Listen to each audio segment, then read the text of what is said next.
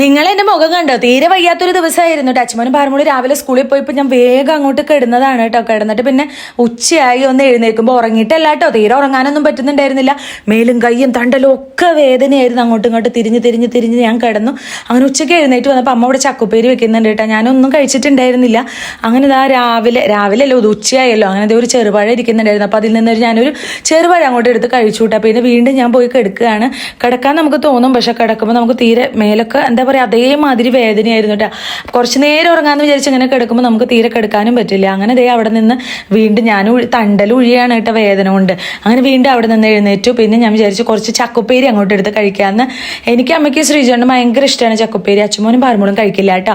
അങ്ങനെ കുറച്ച് ചക്കുപ്പേരി എടുത്ത് അതിൻ്റെ മുകളിലേക്ക് മീൻകറി ഒഴിച്ച് അങ്ങനെ ഒരു കപ്പ് കട്ടൻ ചായ അങ്ങോട്ട് എടുത്തു. നല്ല ചൂടുള്ള കട്ടൻ ചായ. കാരണം നമുക്ക് മേലും കൈയൊക്കെ വേദന എടുക്കുമ്പോൾ നമുക്ക് തോന്നില്ലേ ഒരു ചൂടുള്ള എന്തെങ്കിലും കഴിക്കാമെന്ന്. അങ്ങനെ അതേ കട്ടൻ ചായ ഒക്കെ എടുത്ത് അത് ഞാൻ കഴിച്ചു കേട്ടോ. പിന്നെ മരുന്നൊക്കെ കഴിച്ച് ഒരു വിധം ഉച്ച തിരിഞ്ഞപ്പോൾ ഒരു ഉഷാറൊക്കെ ആയിട്ട് അപ്പോഴേക്കും പിന്നെ അവർ സ്കൂൾ വിട്ട് വരുമ്പോഴേക്കും എന്തെങ്കിലുമൊക്കെ ഉണ്ടാക്കണമല്ലോ. പക്ഷെ എനിക്ക് തീരെ പറ്റുന്നുണ്ടായിരുന്നില്ല.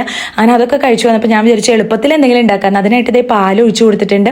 അപ്പുറത്ത് കട്ടൻ കാപ്പി വെച്ചിരിക്കുകയാണ് കേട്ടോ. പാലിലേക്ക് കുറച്ച് പഞ്ചസാര ഇട്ട് കൊടുത്ത് നമ്മുടെ സേമിയ വറുത്തതുണ്ടായിരുന്നു അത് ഇട്ട് കൊടുത്തു കേട്ടോ. ഇത് അടിപൊളിയാണ് കേട്ടോ. നമ്മുടെ പായസം വെക്കില്ലേ അതുപോലെ തന്നെയാണ്. പക്ഷേ പായസത്തിൻ്റെ പോലെ ലൂസായിട്ടല്ല, അതുപോലെ അധികം വേവാനും പാടില്ല. അങ്ങനെ അതിലേക്ക് നെയ്യ് ഒഴിച്ചു കൊടുത്തു. അങ്ങനെ ഇത് കട്ടയായിട്ട് വരുന്ന ആ സമയമുണ്ടല്ലോ, ആ സമയത്ത് ഒരു പ്ലേറ്റിൽ നെയ്യ് പരട്ടി നമ്മുടെ ഈ സേമിയ അതിലേക്ക് ഒഴിച്ച് പരത്തി കൊടുക്കുക.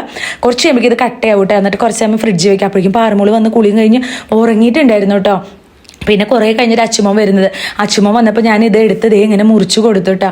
ആദ്യമായിട്ട് ഞാനിത് ട്രൈ ചെയ്യുന്നത്, പക്ഷേ ഇത്രയും ടേസ്റ്റ് ഉണ്ടാവുമെന്ന് ഞാൻ വിചാരിച്ചില്ല.